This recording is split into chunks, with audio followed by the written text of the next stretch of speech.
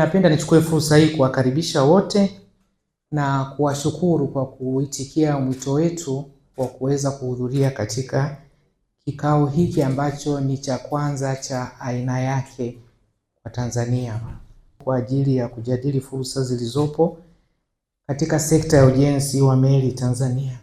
Tuna kila sababu ya kujenga na kuendeleza sekta imara ya ujenzi wa meli na vyombo vingine vya majini.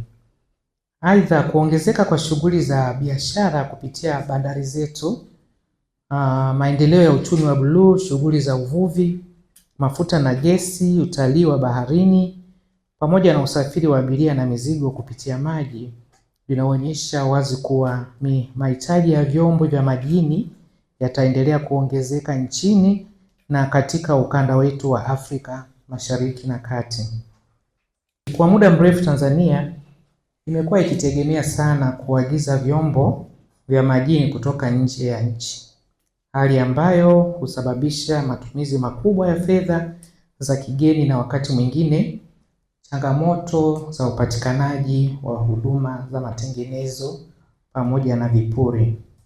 Hali hii inatufundisha kuwa tuna fursa kubwa ya kujenga uwezo wa ndani katika ujenzi na ukarabati wa matengenezo ya meli na vyombo vingine vya majini.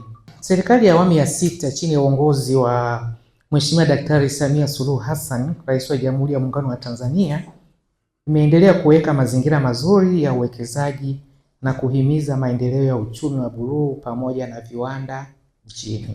Sekta ya usafiri wa majini na uchumi wa buluu imepewa nafasi muhimu katika dira ya taifa ya maendeleo ya 2050.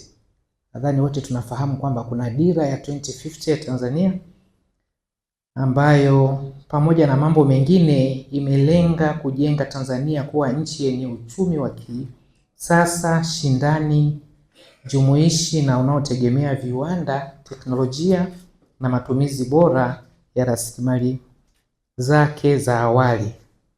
Kwa hiyo kupitia dira hii serikali imeweka msisitizo mkubwa katika kuimarisha miundombinu ya usafiri wa majini, kukuza uchumi wa buluu kwa matumizi endelevu ya bahari, maziwa na mito, kuwezesha maendeleo ya viwanda nchini, kuongeza ajira kwa vijana kupitia ujuzi wa ufundi na teknolojia, na kuifanya Tanzania kuwa kitovu cha biashara, usafirishaji na huduma za kimkakati katika ukanda wa Afrika Mashariki na Kati. Tunapenda wote watujue kwamba swala la kusubmit michoro TASAC is mandatory.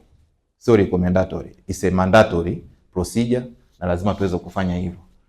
Kitu kingine pia lazima tuweze kuleta michoro ambayo hiyo michoro tumeweza kuibainisha katika Meccan Shipping Notice tulitoa mwaka jana Januari, ni notice ya 28 ya mwaka 2024.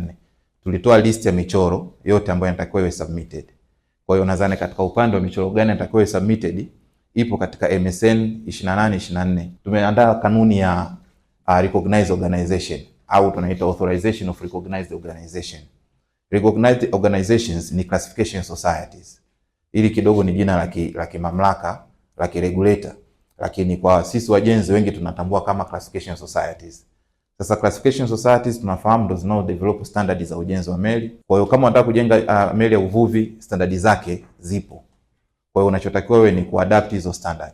Sasa kuna utaratibu ambao umewekwa duniani kwamba si standard yoyote inaweza kuwa adapted kwa sababu hatuziamini hizi standards zote. Kuna mtu leo anaweza kaanzisha taasisi yake akadevelop standard, lakini nani ameapprove hizo standard na kuzana kwamba ziko feasible na zitoleta changamoto kwa masuala ya safety na operational standards. Naitwa Hemed Rashid Hemed, mkurugenzi wa kampuni HB Marine Expert Limited iliyopo Kigoma. Tumefurahishwa sana na ugeni uliopo na umetufungua na sisi pia tumewafungua kulingana na hali ya kazi zetu zinavyoenda. Tukiwa kama ni wajenzi wa meli au vyombo vya majini, kazi hii sasa hivi imeingiliwa na vijana wa mitaani ambao hawana utaalamu, hawajui namna gani waifanye ile kazi. Matokeo yake yanakuja kuleta sitofahamu kwa wataalamu wanaojenga meli.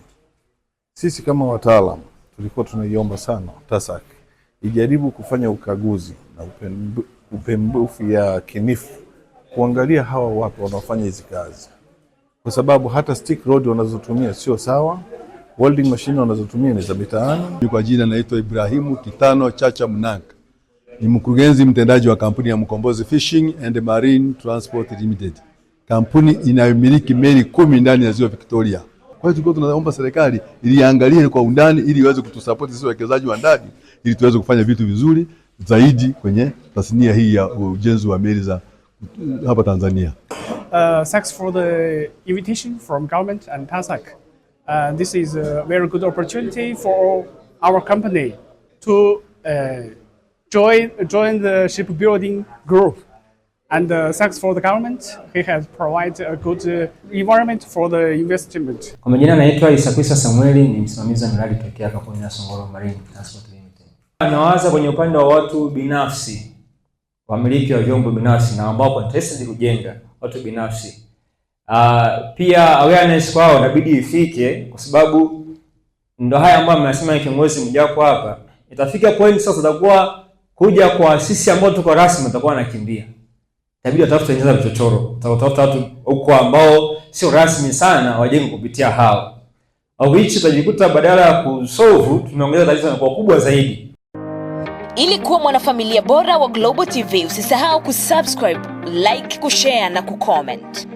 Baada ya kusubscribe, bonyeza alama ya kengele ili kupata taarifa kwa kila video inayopanda Global TV Online.